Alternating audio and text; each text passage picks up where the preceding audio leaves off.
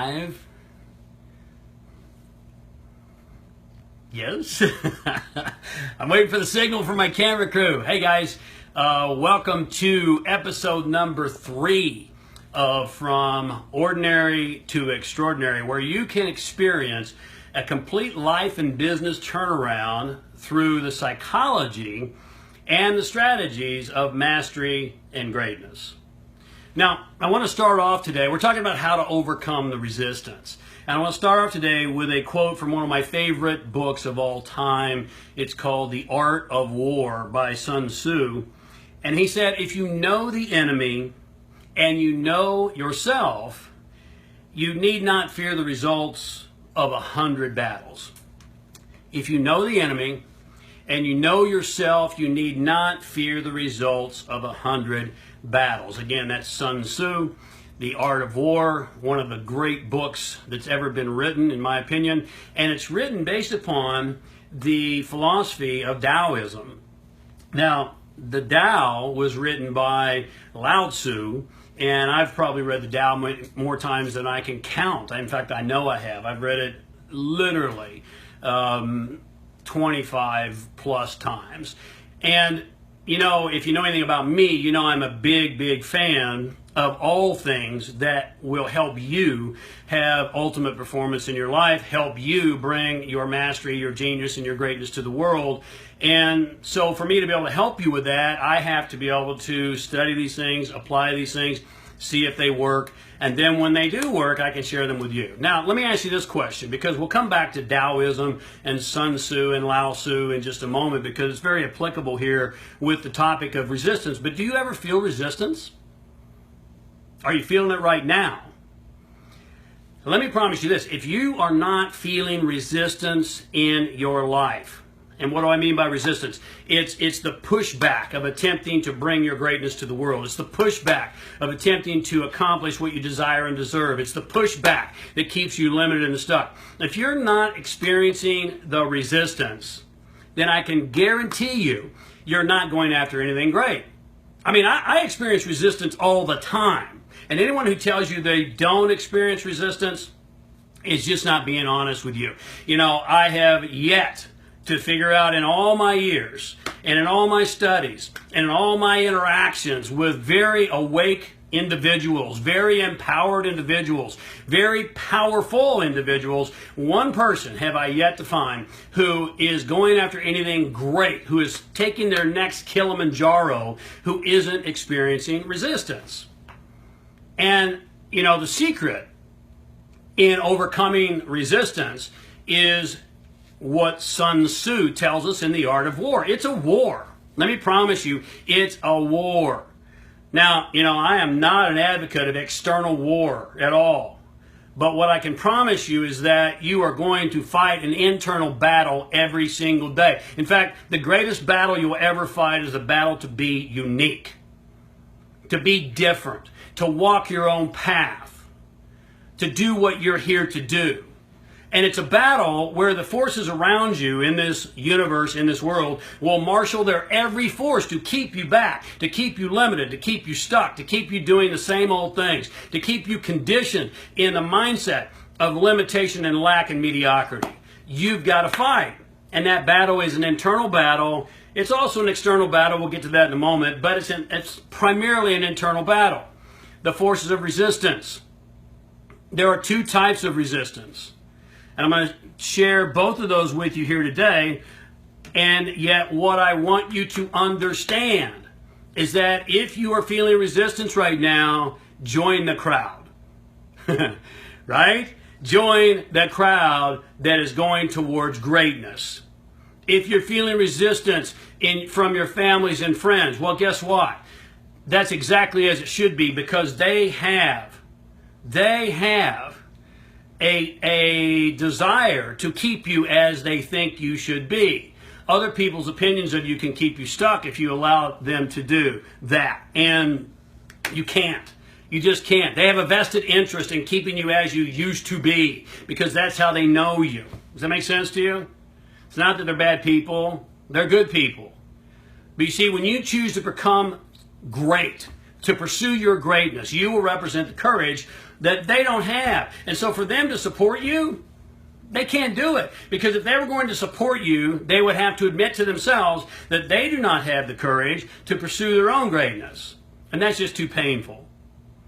And so let's go to science here for just a moment, because as much as I am a fan of mysticism, and I already mentioned the Tao here, I'm also a fan of science. And I want to talk about both here real quickly and how they apply to this idea of resistance. First of all, in science, there is a law that was put together by George Ohm. All right? Now, it's kind of interesting that Ohm is a law, and also Om is a mantra. Wonder how that one kind of worked out. One of the universal ironies, right? But George Ohm put together Ohm's law years and years ago. I don't know, maybe back in the 50s, if not earlier. I don't remember the exact date. Doesn't matter. But write this in your notes. Handwritten notes, because handwritten notes engage the right brain, which is the creative brain. And it facilitates whole brain thinking, which is important. Write this in your notes. Ohm's law, O-H-M, George Ohm. Ohm's law. E equals I times R. Did you get that? Now sometimes you'll see it as V, victory, or voltage. But you'll see it both ways. E equals I times R, or V equals I times R. Now, real quickly, just for your knowledge and understanding, the E, or the V, stands for the output, or the voltage, the energy that's coming forth from a potential mechanism, which, by the way, in this model, you are the mechanism. I is the current that is flowing, and R is the resistance. So if you understand the output, what this says in simple language is that the output equals the current flowing times the resistance. Now, let's go to what we understand universally, is that the current is unlimited, right?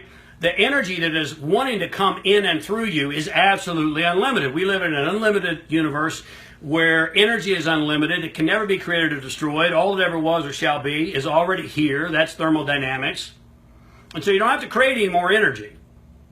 The only time you don't have enough energy coming through you to create what you desire and deserve is because of the R, or the resistance.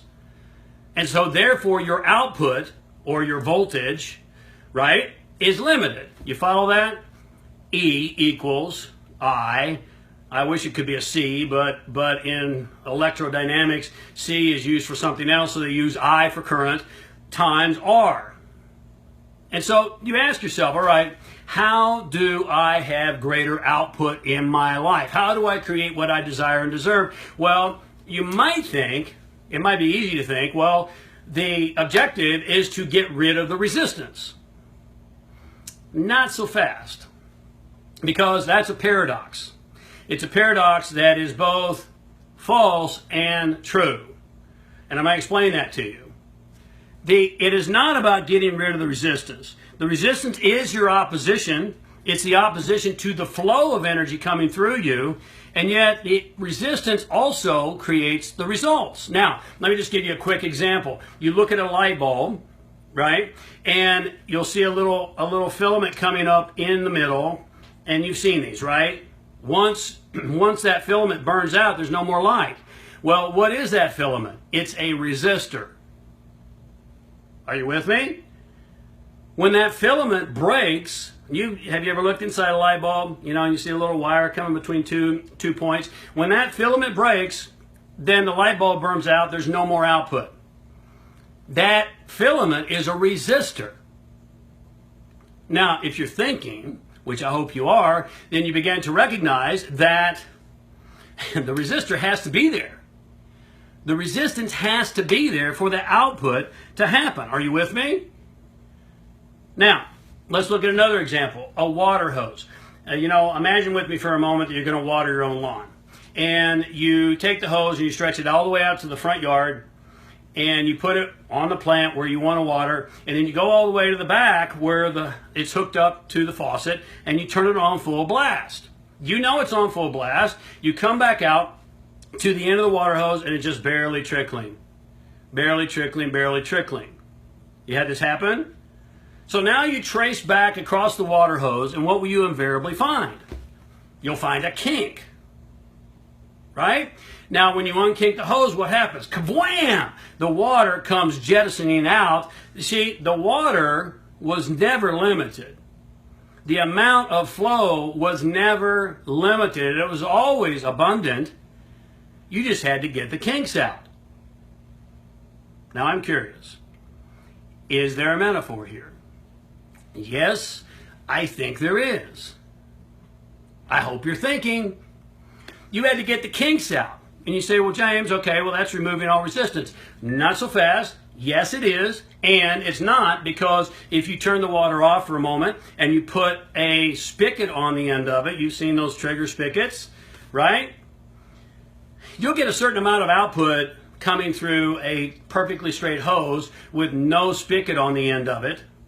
But when you put a spigot on it and you pull the trigger, you can blow off the driveway. You can blow leaves out of the yard. You can blow mud off the driveway. You can do a whole lot of things that you cannot do without the spigot. Now, you know, maybe you'll put your thumb over the end of it, and that'll give you a little bit more pressure, but not as much as a spigot. Are you thinking? There's more power with which one?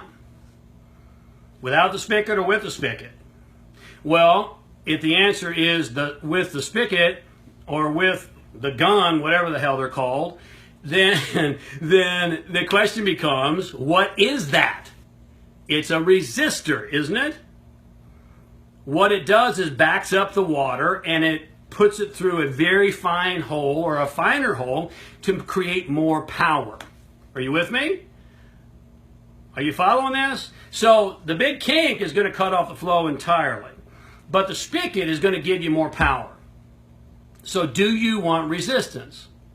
The answer is yes and no.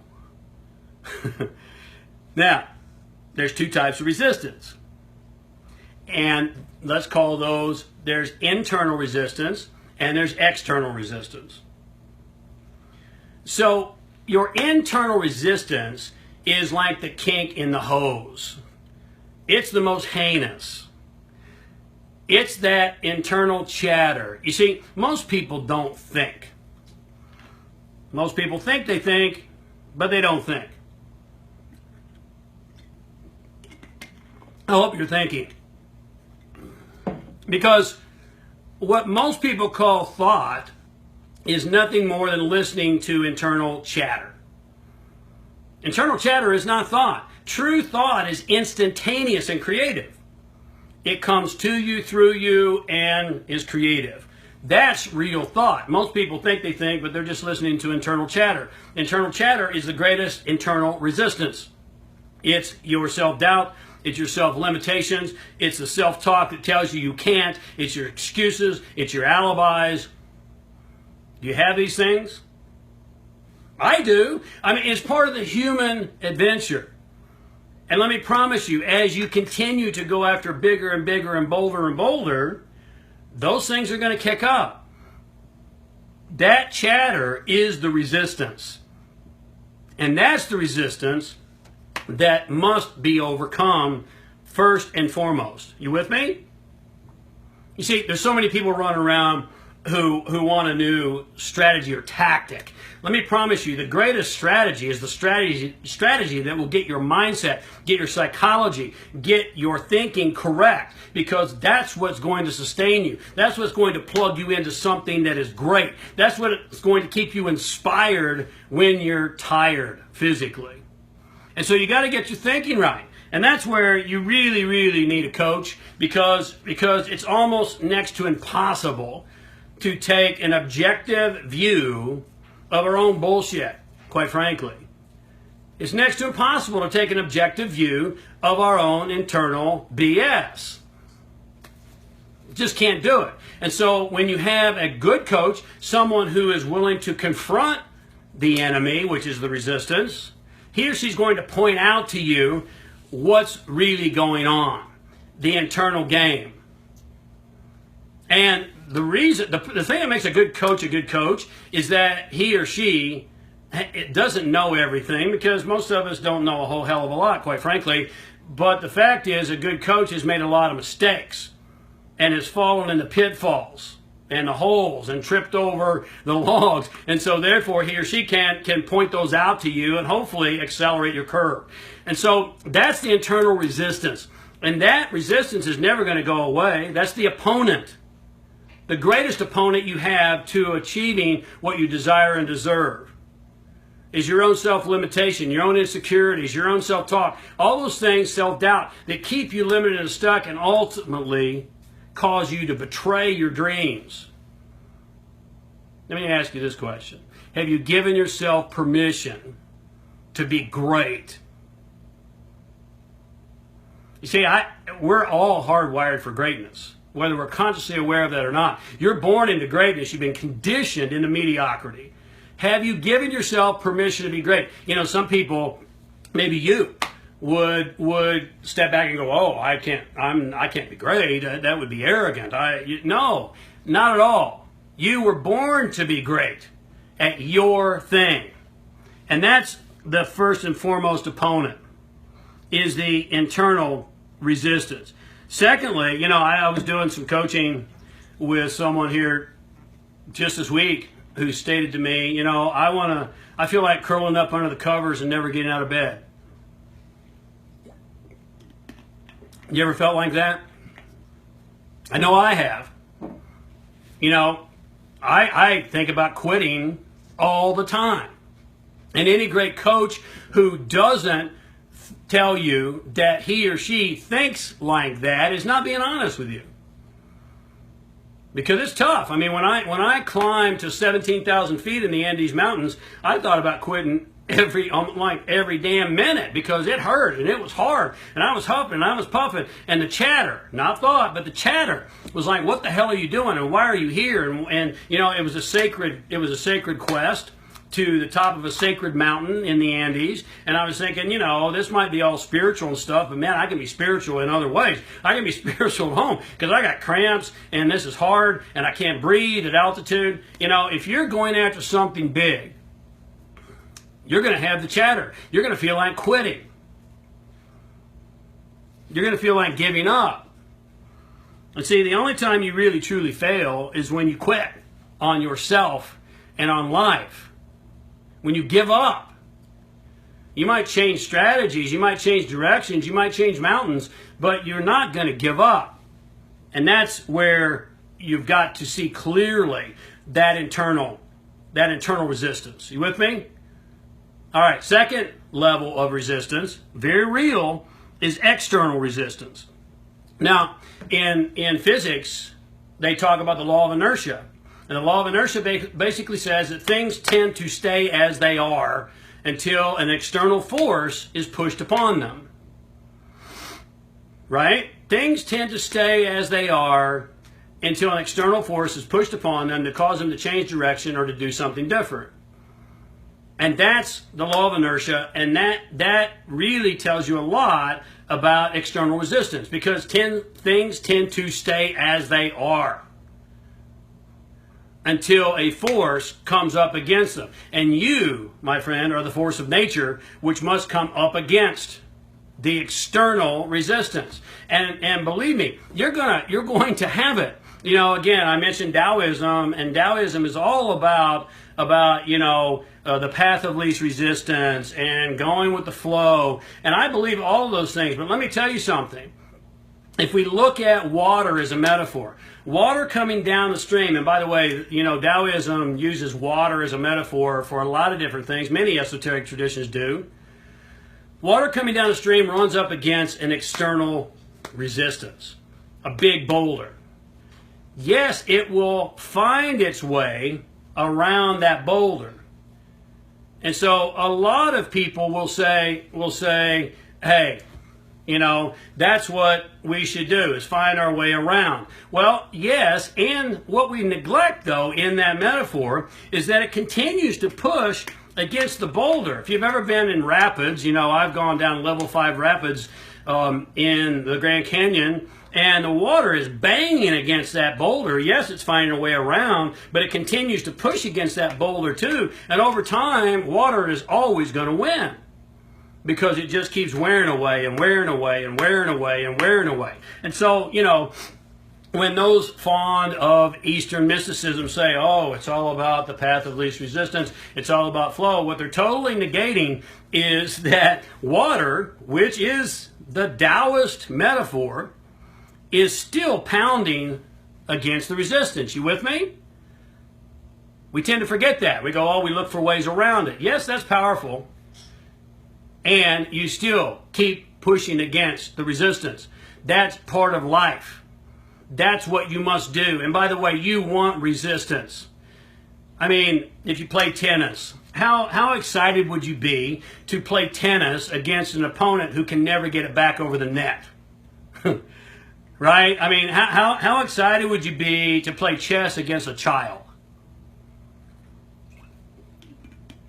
Not very. Yeah, you might give your time and energy and effort for a short amount of time to mentor and to teach, but over time, that's not exciting.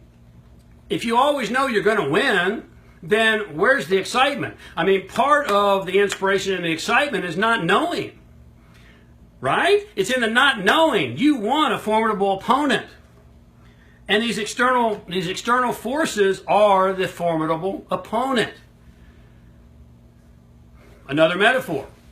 Weightlifting. You know, how do you grow bigger, stronger muscles? You know, the law of correspondence, which I explained, I think, in our last episode, or the time before. You can go back and check. But I talked about the law of correspondence, one of the 7 laws of the universe, and the law of correspondence says if you want to know how anything works, look at how something works and apply that same something to anything, because the universe is repeating patterns. So how do you grow big muscles? You grow big muscles through what's called progressive resistance training. You with me? I mean, you go to the gym and you do the same weight every day, all the time, over and over and over and over. I mean, you know, I can curl this kombucha tea 572 times, and I'm not going to grow a big bicep. The only way I'm going to grow a big bicep is to increase the resistance, is to increase the opponent, if you will. I become bigger, stronger, faster, bolder by increasing the opponent, because that brings out the best within you. Does that make sense to you? So you want resistance. And, you know, one of my heroes, I may have shared with you earlier, you know, is Leonardo Da Vinci. Leonardo Da Vinci wrote the Codex Leicester. And Bill Gates bought the Codex Leicester in 1994 for $32 million. All right? One of the richest men in the world bought the Codex Leicester for $32 million. Now, I have a copy of the Codex Leicester. It's a copy. Probably a copy of a copy, because, you know, I'm not going to, you know, I don't have at my fingertips right now $32 million. And but by the way, Gates didn't sell it. But the fact is that the Codex Leicester is a study in alchemy. You know, some people are aware, maybe you've heard this for the first time, that Leonardo da Vinci, as well as Michelangelo and many others, were alchemists. And the entire Codex Leicester is a study of water and how water creates. Now, interestingly enough, let me just throw this out there. I'm not going to get into it here today, but if you have questions, make sure and post underneath. And by the way, let me just mention this. I forgot to. If you're facing resistance right now in a big way, if you're struggling right now in a big way, make sure and click the link on this live cast, because I have a free worksheet you can download called How to Push Through the Struggle and Stall. It'll help you get beyond the resistance. So make sure and click the link. It's free. It's my gift to you. It'll help you start moving you in the right direction by creating inspiration to motor forward. Now, let me go back to the Codex Leicester and the study of water and the study of alchemy. Isn't it interesting, in the book of Genesis, which 3 of the top 5 great spiritual traditions on the planet use, it says in the creative story, God moved upon the face of the water. I'm going to just leave that there. You know, we can talk about those things later. But one of the things we know about water, and one of the things that Leonardo was absolutely obsessed with, was how water operates. Now, if you look at the big waves, you look at the hugest waves on the planet, what creates them? What creates a big wave is a big force coming back in the opposite direction. You with me? Now I'm curious. Is there a metaphor here? Yes, I think there is. That force coming back in the opposite direction causes the water to build up and creates the huge wave. So what do you want to do? You want to play in the kiddie pool? Or do you want to get out in the big waves? If you want to get out in the big waves, then you're going to have to face the resistance. Resistance determines output. E equals I times R. All right. Now here's the paradox of resistance, and then we're going to roll it up for today. Because most people have an attention span of a goldfish in today's world, and the resistance of staying long is just too great for most. Obviously, that's not true for you, and that's why you're a champion. Here's the paradox of resistance. Number one, you must decrease internal resistance. You must decrease internal resistance. That's the chatter. That's the opponent. Self-doubt, self-limitation, self-betrayal. I can't, alibis, excuses, all those things. I'm too tired. I'm not educated enough. I don't have enough money. Look, let me tell you something. You know anything about my life? I've faced some incredible resistance. Right? Well, James, I don't have enough money. I get it. I get it. You know, I came out of prison $20 million in debt. Try that one on for size. Well, James, nobody supports me. I don't have anyone. You know what? I can count on less than two hands people who have come to support me. Well, James, there's a lot of people hating on me, and they don't understand me, and they don't support me. Yeah, okay, I get it. I get it. I'm not minimizing that because I've been there and done that. And you've got to fight those things because that internal dialogue will keep you limited and stuck and rob your dreams. You must decrease internal resistance. Now, here's the paradox, is that the only way to increase internal resistance is to go up against bigger external resistance. You with me? The only way to increase or decrease internal resistance is to increase external resistance. You know, I saw someone post on Snapchat today, you know, the greatest way to your objectives is the path of least resistance. Okay, well then that means I'm just going to sit on the couch and watch TV. Wrong. Wrong. You got to get up and get at it. You got to do the things that you're not prepared to do. You got to start before you're ready. You see, God wants your goals and intentions to be bigger than you're prepared to achieve, because that way He has to be a part of them, and that way you have to grow to achieve them. You with me? Decrease internal resistance by going up against bigger external resistance. Do the things you think you can't do. Master them. Overcome them. Follow your gut. Follow your gut. You know, any one of these things I could talk about for a long time, and I know I need to roll it in here. But follow your intuition. Follow your gut, because you have a unique gift and a unique genius. Most people have a very low self-awareness. Very low self-awareness, and they think they want things that they don't even know who they are, and they're trying to tell me what you want. You can't tell me what you want if you don't know who you are. Let's go back and follow your gut. What did you come in with? What have you always been good at? What have you always been attracted to? What are you naturally gifted with? Now, let's use those things to bring your mastery and greatness to the world. Trust the field. You say, James, that sounds kind of mystical. It is. It is, but trust the field. Let me promise you, you know, when I came out of my grand initiation, after 2 years in prison, you know, I came out, I didn't have a whole lot of people in my corner, but as you move forward boldly, you begin to meet people. You begin to attract people. As you trust your gut and you move forward, you start before you're ready. You begin to have resources and you begin to find people. And people come to your aid because they're inspired by what you're up to and what you're doing.